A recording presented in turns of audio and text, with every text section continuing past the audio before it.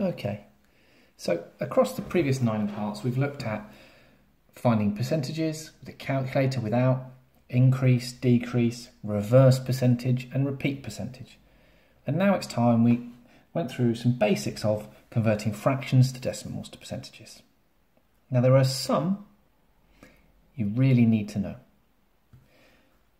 I'm going to give you the fractions for the really common ones that I think are essential.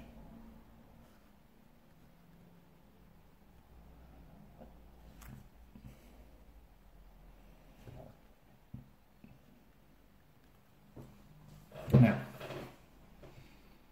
how many of these can you work out already?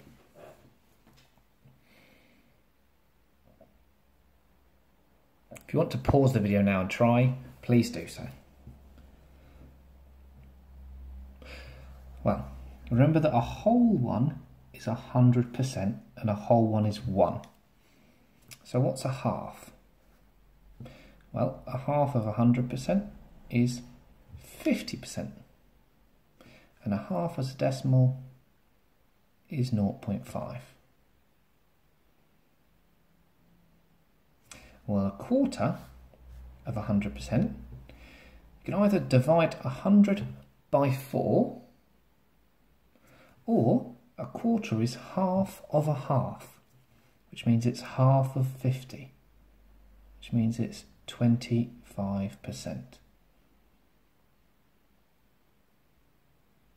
Now, if you want to get the decimal, remember it's 2 jumps for the decimal place. So it's 0.25. 1/10. Well, 10 of these make a whole one. So what happens when you divide 100% by 10? Well, you get 10%. And as a decimal, it's 0.1. This is the units column, this is the tenths column, and this is the hundredths column. Okay, so what about 1/5? So, if you can take 100% and divide it into 5, which will give you 20%.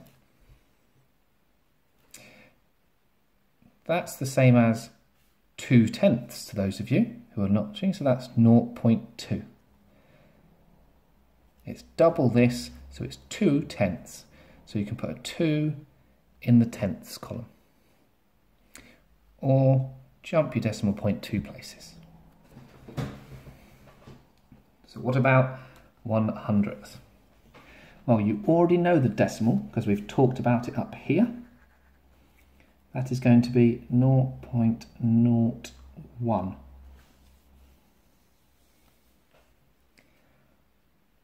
What about the percentage? So 1/100th is you divide it into 100 pieces. So divide that by 100 and you get 1.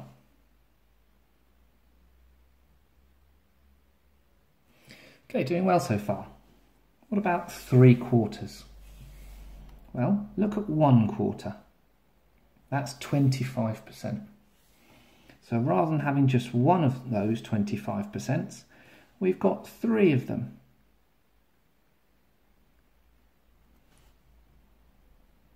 So what does that give us in total?